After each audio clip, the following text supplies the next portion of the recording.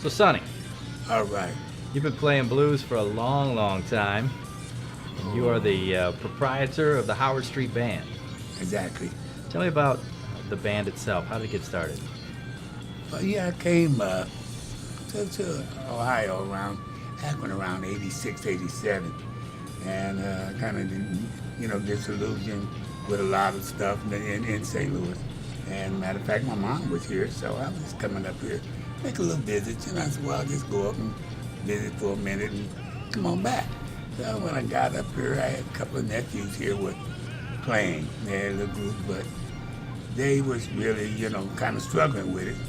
And they had always been, when they were kids, I was always trying to show them the ropes. So I came here and started to play with them and, just screwing around a little bit. And left, stayed here maybe 2 or 3 weeks, went back home, come back again about 4 or 5 months later, and I stayed.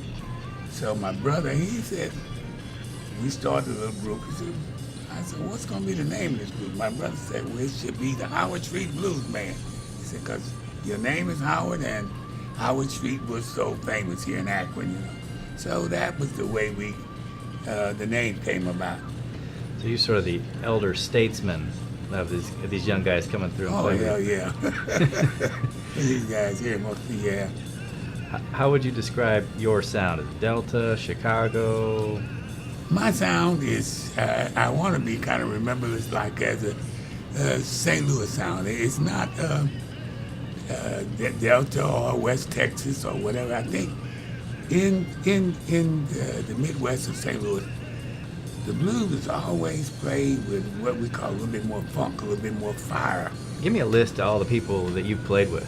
Because I know you played with a lot of great names. Man, like I come up with, playing what led me to so many great people. Like even as a young kid, I had sung with a lady named Willie Mae Ford Smith in the church. She was a gospel legend, which took me to people like Mahalia Jackson and James Cleveland, get a chance to play with those people in those kind of venues, because she took me there. And the same way it was when I was singing with the Tabs and working with the old DJ record company, which wasn't two companies, but DJ and Chess, So that DJ, I was there with Curtis Mayfield, Jerry Butler, Four Seasons, the Spaniels, man, just, countless people that was there on that record company, with us.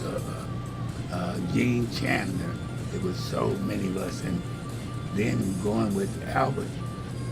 Albert took me to so many people that I had a chance to play with, with BB and Paul Butterfield and Janis Joplin and Jimi Hendrix and Buddy Miles and Buddy Guy, Coco Taylor.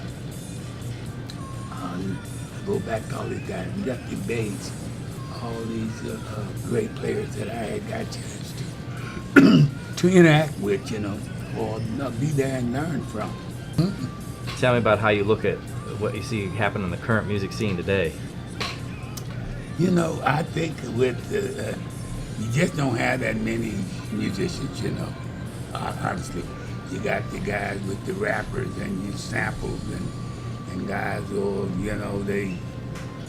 you make some music with the computer, and it's a quick, whatever, you make some bucks, you turn into like one of these guys, like whatever, Jay-Z or